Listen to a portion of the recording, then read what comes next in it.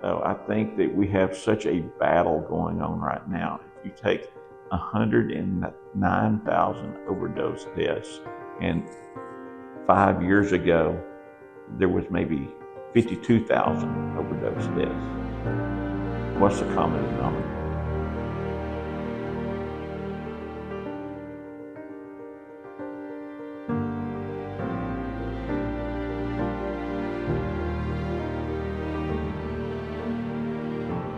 I did it just to try it.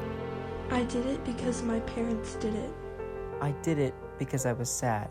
I did it for acceptance. I did it for the rush. I did it to feel better. I did it to impress a guy. I did it to stop thinking. I did it for the escape. I did it just because I was curious. I did it for the risk.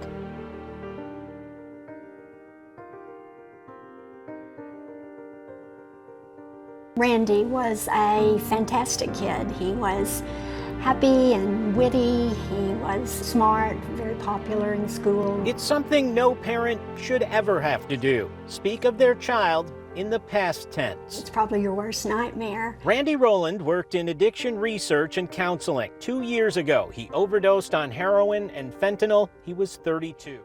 After Randy's death, we wanted to do something in his memory. So we started North Texas Overdose Awareness Day in his memory.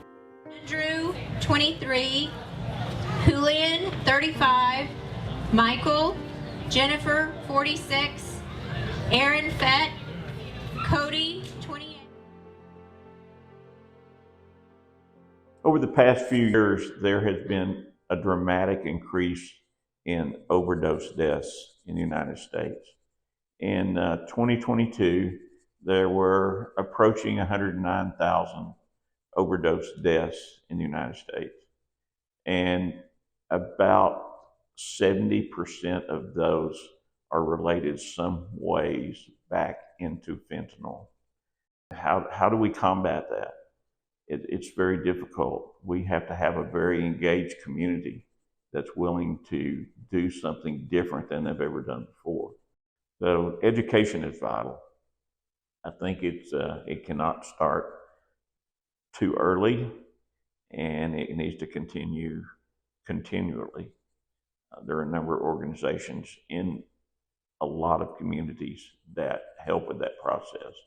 You know, we want to think that it's never our kids that are in the group that is going to be using substances.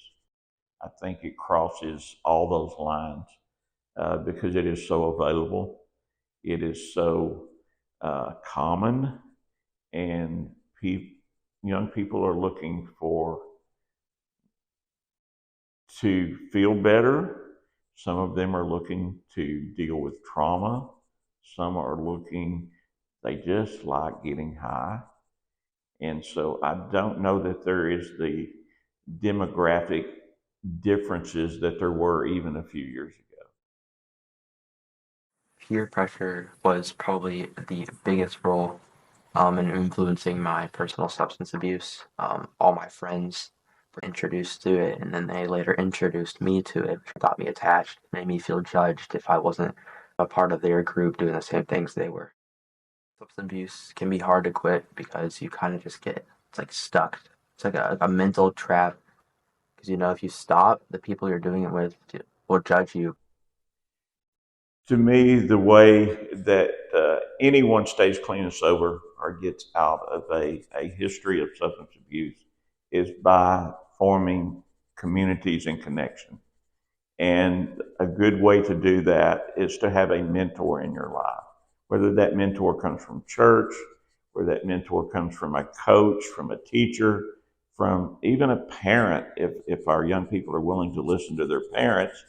And those are vital relationships in young people staying clean and sober. Some of the key factors in recovery from substance abuse would be just finding a crowd that are going to, love and support you and not, induce those bad things on you, as well as coming, clean to your parents if it ever gets to that point. I say it over and over again that connection is the key to recovery.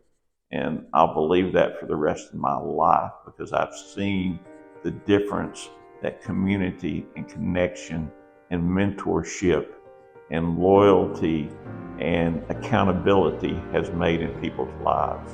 It would have helped me if I were to hear that someone's on my side, maybe on the spectrum there or against it, and just having someone on my side to just guide me on the right path would have saved me from the trouble of substance abuse. If there's one thing that I could talk to parents and adolescents about, the thing I would say is act as quickly as you can when you know there's a problem. Parents, love your kids, learn to talk to your kids, and communicate. Don't just yell. I know that's hard to do sometimes because we tend to irritate each other a lot, but communication is part of the key to parents and adolescents getting on the same page when it comes to treatment and doing what needs to happen for each one of them. Just be mindful that there's amazing life out there for you young people. You just have to be willing to do what you need to do to combat whatever you're going through at the time.